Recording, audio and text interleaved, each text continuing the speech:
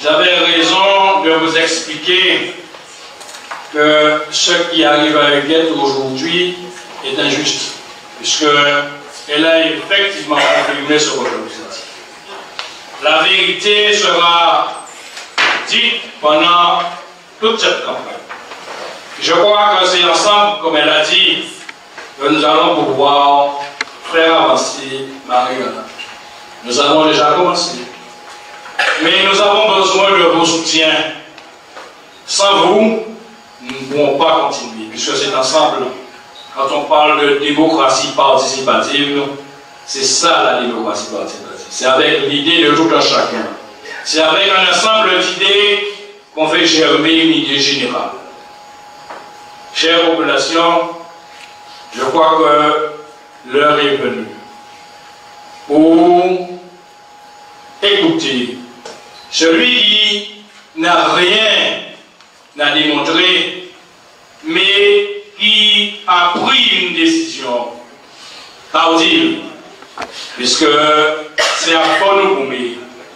Et Harry Selbonne, c'est vrai, il est comme il est, mais quand il prend une décision, c'est une décision ferme. Mais si on joue à dire, mais vous ensemble, mais au début, on a présent, ou pas, on ne joue pas ensemble, même que côté, chez vous, et Harry, tu ne sais pas ce que j'aurais pu regretter aujourd'hui si je n'avais pas accepté d'être de ce combat-là. Car nul n'est censé ignorer ce que tu as fait, ce que nous avons fait, et ce que nous allons continuer à faire pour ce pays-là, car je l'ai dit, le pays a besoin de tous ses enfants, et c'est ensemble, chers candidats, que nous allons pouvoir continuer à travailler, et chaque fois que le besoin se fera sentir, vous allez nous trouver à vos côtés pour vous accompagner.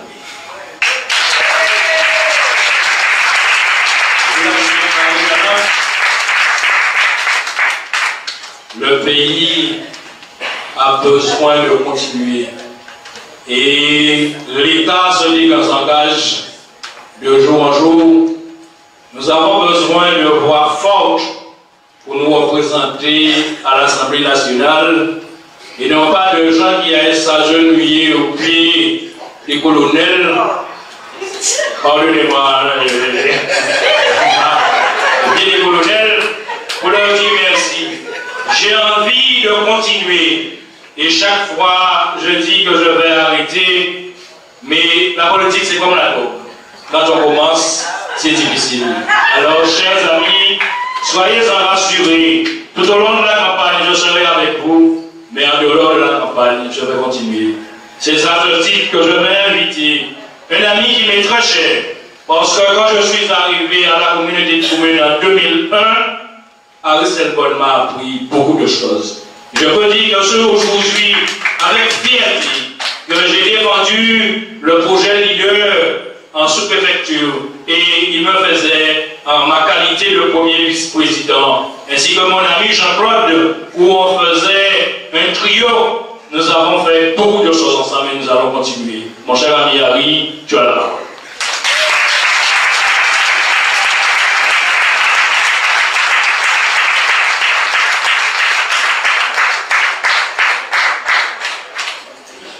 Je te remercie, mon ami Nantais, pour toutes ces belles paroles. Effectivement, si nous n'étions pas allés à ces élections, je crois que je l'aurais regretté toute ma vie.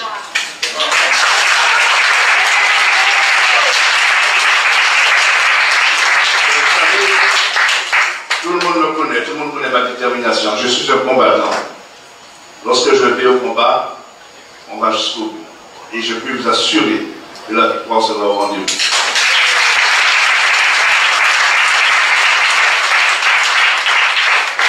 Mesdames, Mesdemoiselles, Messieurs, population de Capesterre, de Grandbourg et de Saint-Louis, bonsoir.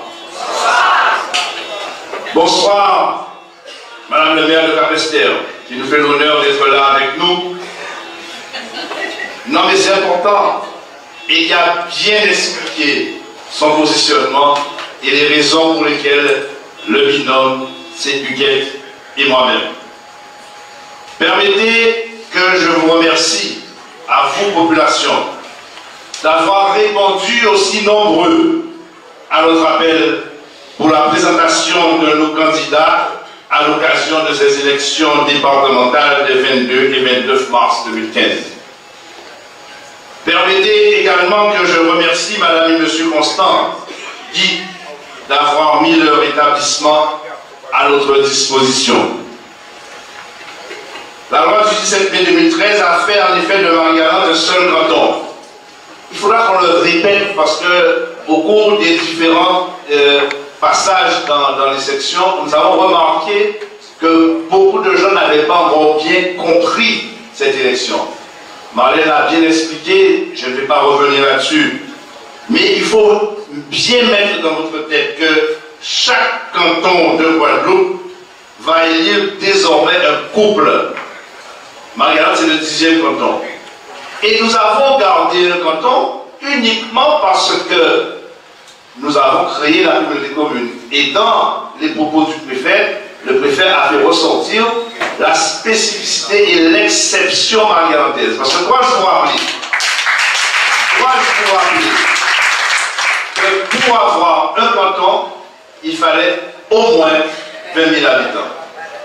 Les 7 se retrouvent avec Trois-Rivières, etc. dans un canton. Les Irades se retrouvent avec Saint-François. Nous avons pu sauver ça grâce à l'intercommunalité. C'est preuve que l'intercommunalité est nécessaire pour Marie-Galante. Alors il y a des gens en ce moment qui essaient de la fragiliser. Donc, les 22 et 29 mars, vous serez donc appelés à élire vos 2 représentants, une femme, un homme, à l'Assemblée départementale. Huguette Ibalo et moi-même seront les candidats titulaires. Lisette Moisan et Jean-Marc Pasbeau sont nos remplaçants. Vous les avez entendus et vous avez compris l'intérêt et l'importance de ces élections départementales. Vous avez entendu Huguette, elle n'a pas démérité. Elle vous a présenté son bilan. Elle est conseillère générale sortante. Et c'est son maire lui-même. Mais quelquefois, je me demande si ça a vraiment existé.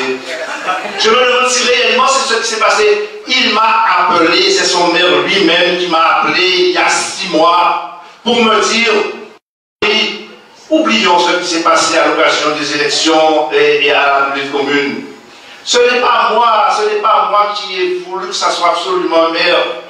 C'est un tel, c'est un tel. Je lui dis, oh, maintenant, de l'eau est passée sous les ponts, je m'en fous. Mais eh bien, oublions ça et pensons aux élections départementales. Et il me dit, d'abord, dans le secret de son bureau, puis après, nous avons rencontré, comme Huguette l'a dit, comme Nardin l'a dit, nous avons rencontré Jacques ensemble. Et il soutient le binôme Huguette-Harry. Alors, que s'est-il passé après? Nous finirons par le savoir. Depuis mai 1989, j'ai accompagné l'équipe de Roland Tyrolien en tant qu'adjoint au maire, responsable de la communication et des élections. J'ai été également le premier vice-président du CIROM et je salue la présence de Marc Sury ici,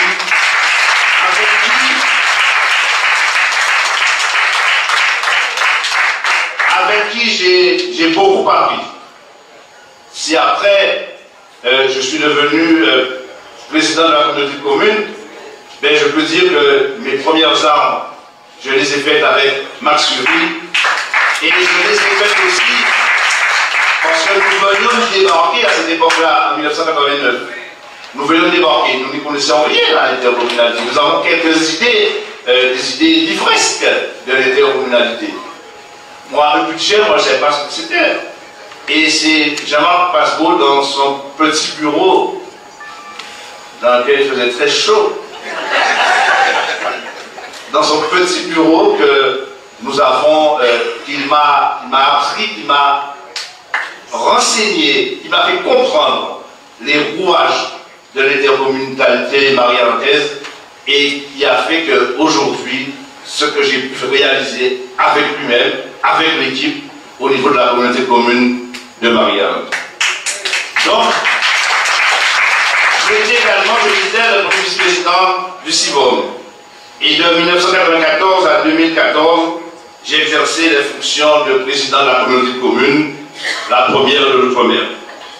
À partir de mai 2014, je suis devenu le troisième vice-président de la communauté commune. Et aujourd'hui, eh bien, je suis redevenu un simple citoyen parce que vous savez que les élections de Hambourg ont été annulées et c'est une délégation spéciale qui assure les affaires courantes à Hambourg. Donc aujourd'hui, eh bien, je ne suis absolument rien en matière politique, bien sûr, parce que je reste avant tout, comme je le dis souvent, un professionnel de l'éducation nationale. J'ai, à partir donc, si aujourd'hui, je me présente à vos suffrages, à l'occasion de ces élections départementales, c'est parce que j'estime que les 20 ans passés à la tête de la communauté commune de Marie-Galante, ces 20 ans m'ont permis d'acquérir une expérience sûre et certaine du territoire marie-galantais, d'avoir une vision globale du pays Marie-Galante, et au fil de toutes ces années, d'avoir une certaine compétence dans les divers aspects de la vie politique marie-galantaise. Pendant ces 20 ans, j'ai défendu avec force et conviction les intérêts supérieurs du pays Marie-Galante à travers une intercommunalité partagée. L'Ardenne a dit tout à l'heure, nous formions une équipe, une véritable équipe. Nous avons appris à nous connaître. Et ça a donné ces résultats, parce qu'on ne réalise pas tout ça tout seul, matériellement impossible. Si vous n'avez pas autour de vous des élus qui sont prêts à travailler, des élus qui s'investissent, si vous n'avez pas autour de vous une administration qui vous accompagne, eh bien vous ne réussissez pas. Ça c'est clair. Donc, je disais, pendant ces 20 ans, j'ai défendu avec force et conviction les intérêts supérieurs de Marie-Galante à travers une intercommunalité partagée. Et les nombreuses réalisations sont là pour en témoigner. Qui se rappelle, en 1994, il n'y avait pas d'eau à Ducos, il n'y avait pas d'eau à Gaï, il n'y avait pas d'eau à Passonne, il n'y avait pas de lumière dans certaines zones de Ducos. Les bas, il n'y avait pas d'eau, il n'y avait pas d'électricité. Capesterre, combien de zones n'étaient pas éclairées? Nous avons fait du très bon travail à ce niveau-là. Je rappelle également que nous avons mis en place cet abattoir. Est-ce que vous savez que les Martinois sont venus à Marie-Galante pour nous demander comment on l'a fait? Donc ça veut dire que nous sommes respectés, nous sommes écoutés à l'extérieur. La centrale bagasse biomasse. Mais si nous n'avions pas fait l'acquisition des murs et du foncier de l'usine, aujourd'hui, vous auriez eu à Cantos une centrale charbon. Nous nous sommes élevés contre ça et nous avons gagné. Le leader, M. Plénis en a parlé tout à l'heure, le marché aux poissons de Capesterre, l'entrée de ville, le CLSH à Capesterre, la place Camille Soprane à Saint-Louis, le stade intercommunal à Saint-Louis, à Grosbourg, le marché, la place de l'église et la rénovation de l'ancienne prison, le village des arts et traditions, le festival Terre de Blues. J'arrête parce qu'il y en a d'autres. Telles sont les principales réalisations. Pour tout cela, je pense être bien placé avec cette connaissance du territoire marie-galantais pour défendre au sein de l'Assemblée départementale, pas nationale, au sein de l'Assemblée départementale, pour défendre les intérêts du pays Marie-Galante. Si aujourd'hui je me présente à vos suffrages, c'est parce que je condamne le non-respect de la parole donnée. Si aujourd'hui je me présente à vos suffrages, c'est parce que je condamne le manque de loyauté. Si aujourd'hui je me présente à vos suffrages, c'est parce que je condamne toutes les peaux de banane subtilement glissées pour empêcher le bon fonctionnement de la communauté de communes.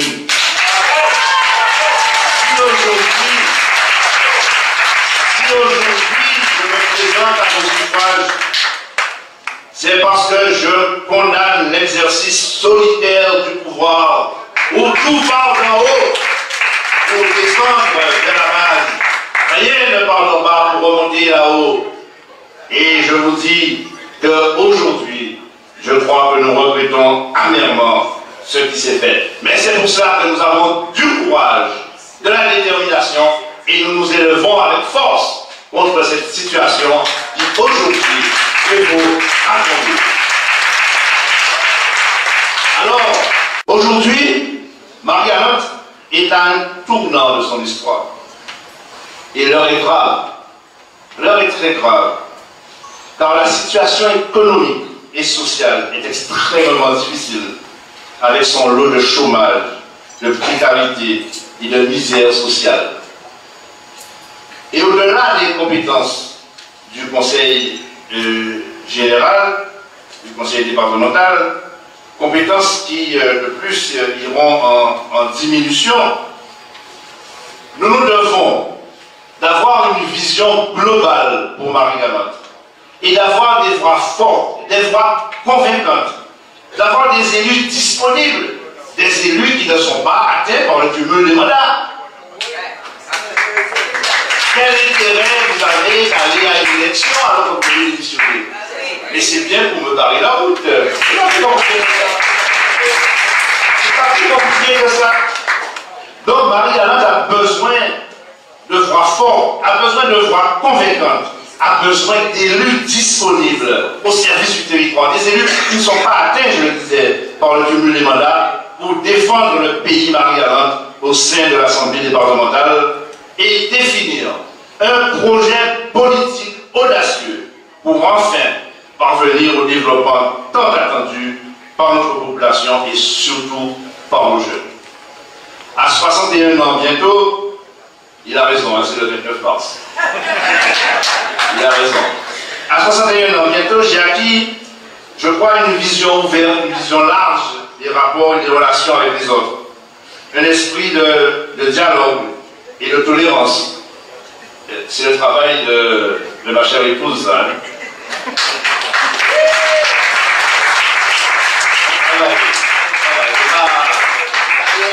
Oui, je suis devenu plus rond maintenant. Bon, eh bien, un esprit de dialogue, de tolérance, tout en restant fidèle à mes convictions profondes d'homme de gauche. Et je crois aux valeurs de la responsabilité, de la loyauté et du mérite. Et c'est à partir de ces valeurs que je défendrai avec Huguet les grands dossiers indispensables à Marie-Galante. Nous comptons bien sûr travailler avec nos suppléants. J'ai bien entendu la réflexion de Marlène, mais je la rassure, hein, à ce niveau-là. C'est vrai, avec Jean-Marc, on n'a pas besoin de parler. Avec Jean-Marc, on peut aller dans n'importe quelle réunion, que ce soit une réunion sociale, une réunion culturelle, une réunion politique, une réunion économique. On n'a pas besoin de parler, on se comprend. 20 ans, c'est, hein, ça compte. Hein, d'accord? Donc,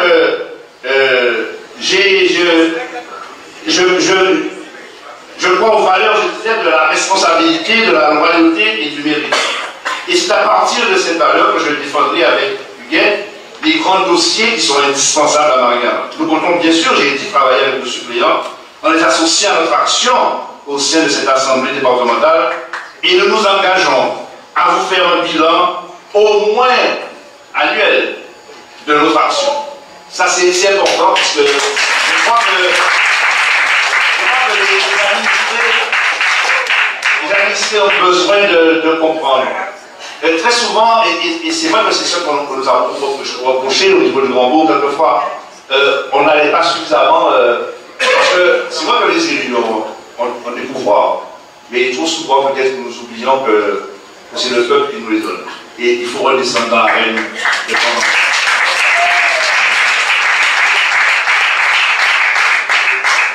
Nous agirons dans l'intérêt général, dans l'intérêt suprême de Marie-Galante. Et nous mettrons en place, et nous nous mettrons au service de notre population, et nous orienterons nos actions vers le social. Nous aurons l'occasion de le développer au cours de la campagne. La santé, l'éducation, l'aménagement du territoire, le désenclavement. Mais quelques pistes, malgré tout, nous paraissent urgentes, notamment l'aménagement des sites. Il faudra qu'on défende vraiment bec et ongle la situation de Murat. Il est anormal qu'il y ait 65 000 visiteurs qui passent chaque année à Murat et qu'ils ne paient pas un centime. C'est pas normal tout ça. Absolument comme ça.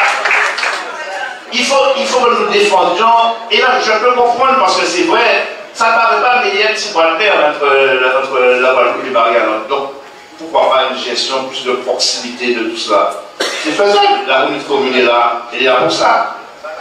Le problème du foncier départemental, il faut donner à des jeunes agriculteurs l'eau agricole.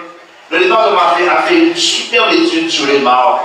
Ils ont recensé près de 300, je crois, et quelques mares au niveau de Marie-Galante. Eh bien, il faut que nous puissions faire ce qu'on appelle des micro-périmètres irrigués avec des mares, de manière à ce que nous puissions faire un petit maraîchage, en sachant que nous n'avons pas de chlordécone ici, pas l'oublier. Donc voilà une piste pour régler le problème de chômage, le problème des jeunes, le problème d'emploi, etc. L'aéroport, comment on peut être une île dans l'île et on ne peut pas sortir comme on veut? Mais au niveau santé, au niveau touriste, au niveau social, à tous les niveaux, il faut pouvoir sortir de Marie-Galante facilement.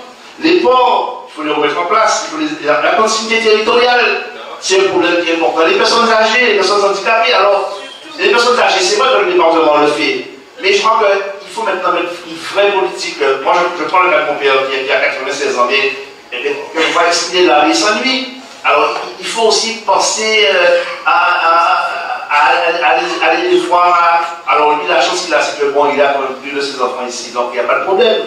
Mais il y en a d'autres qui sont seuls, qui sont isolés, donc qui vivent cette solitude de manière profonde. Donc, il faut voir ça. Les collèges, moi je suis enseignant, le collège de Grand-Bourg, bon, ça va quoi. On a un collègue qui revient de Nouvelle-Calédonie. Lorsqu'il est arrivé, il nous a dit non, mais où est-ce que je suis là? Et oui, bon, il commence à être vétus, donc il faudra que nous défendions ça. L'hôpital, alors même si des fois ce n'est pas dans la compétence du conseil départemental, mais je crois qu'aujourd'hui, il nous faut parler globalité des problèmes, projets politiques, et à partir de ça, des élus qui puissent les défendre, parce que les conseillers départementaux peuvent aussi bien défendre le dossier aussi au niveau de la région, en fonction de... En fait, il faut vraiment qu'on puisse prendre à bras le corps les problèmes de Marie-Galante. Parce que le sport, la culture. Alors loin d'être un catalogue, ces pistes doivent nous permettre de faire émerger le projet politique. Et je crois qu'il y a deux mesures aujourd'hui qui me paraissent essentielles, qu'il faudra que nous développions aussi. C'est d'abord la création d'une scène de patrimoine. Parce que l'État se désengage, on le sait, on l'a déjà vu. Il nous faut pouvoir actionner un partenariat public-privé pour permettre au privé de pouvoir financer un certain nombre d'actions et tout. Donc il faut réfléchir dans ce sens.